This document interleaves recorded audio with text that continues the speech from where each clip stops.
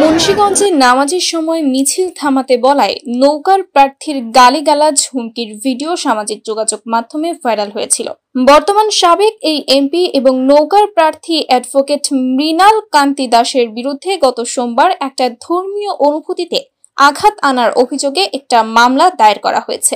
গজারিয়া বাজার মসজিদের ইমাম মাওলানা কারি মোহাম্মদ আব্দুল হামিদুর রহমান বাদী হয়ে মুন্সিগঞ্জের গজারিয়া থানায় অফিসার ইনচার্জ মোহাম্মদ মোল্লা সাহেব আলী রইস উদ্দিনের কাছে মামলাটি দায়ের করেন তিনি। অ্যাডভোকেট মৃণাল কান্তি দাসের এই বিগত দিনের কর্মকাণ্ডের নিন্দাও জানিয়েছেন অফিসার ইনচার্জ রইস উদ্দিন এবং দ্রুত তাকে গ্রেফতার করার নির্দেশও দিয়েছেন তিনি।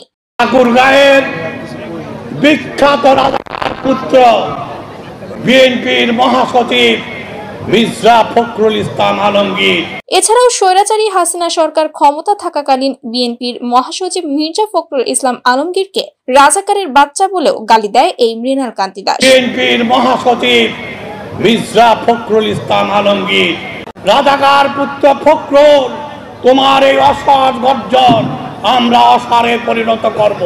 এর আগে অ্যাডভোকেট মৃণাল কান্তি দাস কেন্দ্রীয় আওয়ামী লীগের মুক্তিযুদ্ধ বিষয়ক সম্পাদক এবং মুন্সিগঞ্জ ৩ আসনের পরপর দুবার এমপি হয়েছিল। ভিডিওতে দেখা যায় মৃণাল কান্তি দাস তার লোকজন নিয়ে মুন্সিগঞ্জ জেলা প্রশাসকের কার্যালয়ের দিকে যাচ্ছেন। এ সময় এক ব্যক্তি বলছিলেন, মিছিল কইরেন না ভাইয়েরা, নামাজ চলছে। এ কথা শুনে ক্ষিপ্ত হয়ে যান নৌকার এই প্রার্থী। তিনি ওই ব্যক্তিকে ধমক দিয়ে বলেন, ওই বেটা চুপ, ফাড়াইলামু একদম। ভিডিওতে আরো দেখা যায় তিনি একাধিক গালি দিয়ে বলেন, শালা, খায় মদ, আবার নামাজ পড়ে, শালা করে ফাড়াইলামু বলে সামনের দিকে এগোতে থাকেন তিনি। মৃণাল কান্তি দাসের এমন আচরণকে ধর্মীয় অনুভূতিতে আঘাত করা বলে দাবি করেছেন স্থানীয়রা এবং তার বিরুদ্ধে কঠিন ব্যবস্থা গ্রহণ করার দাবিও জানান তারা। গজারিয়া বাজার মসজিদের ইমাম সাহেব অভিযোগে তিনি বলেন, মসজিদে আসরের নামাজ চলছিল, আমি জেলা প্রশাসকের কার্যালয় সংলগ্ন মসজিদে নামাজ পড়াতে গিয়েছিলাম।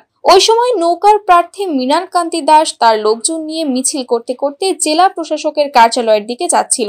মসজিদের কাছাকাছি আসলে পাশ থেকে একজন ফেরিওয়ালা নামাজের জন্য মিছিল করতে নিষেধ করেন। এ সময় মৃণাল কান্তি দাস নামাজ নিয়ে অশালীন মন্তব্য করেন। এতে তিনি মুসলমানদের ধর্মীয় অনুভূতিতে আঘাত দিয়েছেন। লুটেরা গোষ্ঠী, বিএনপির জামাতিরা, আমি তার এমন আচরণের জন্য নিন্দা জানাই।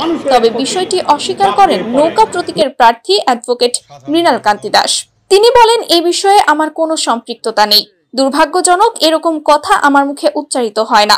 নামাজ নিয়ে আমি কেন এমন কথা বলতে যাব? কি কারণে বকা দিতে যাব? মানুষ তো নামাজ পড়তে যাবেই। প্রিয় দর্শকবৃন্দ, ভিডিওর শেষে আমি আপনাদের উদ্দেশ্যে কিছু গুরুত্বপূর্ণ কথা বলতে চাই। আমি চেষ্টা করছি আমাদের অতীতের সাফল্যগুলোর পুনরাবৃত্তি করতে এবং সেই ইতিবাচক কার্যক্রমগুলো বর্তমান সরকারের দৃষ্টি আকর্ষণ করতে। আশা করি আমাদের অভিজ্ঞতা এবং চেষ্টাগুলো সরকার এবং উচ্চ পর্যায়ের প্রতিনিধিদের নজরে আসবে, যাতে তারা আমাদের জনগণের প্রয়োজনীয়তা বুঝতে পারে এবং কার্যকর উদ্যোগ নিতে পারে। আপনাদের সবার সহযোগিতা এবং সমর্থনের জন্য আমি কৃতজ্ঞ।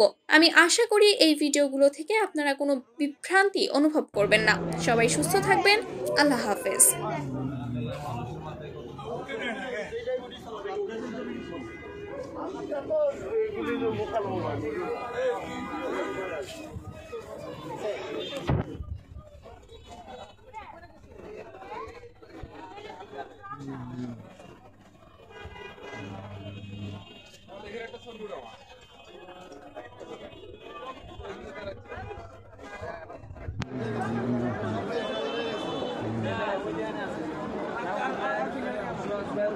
এটা মনে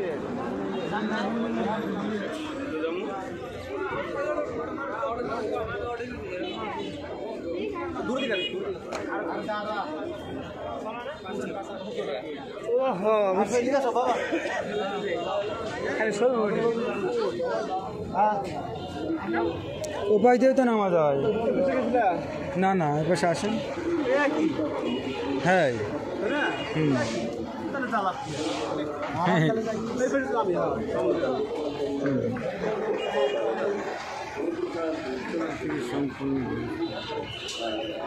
ওরা মিনা টোটাল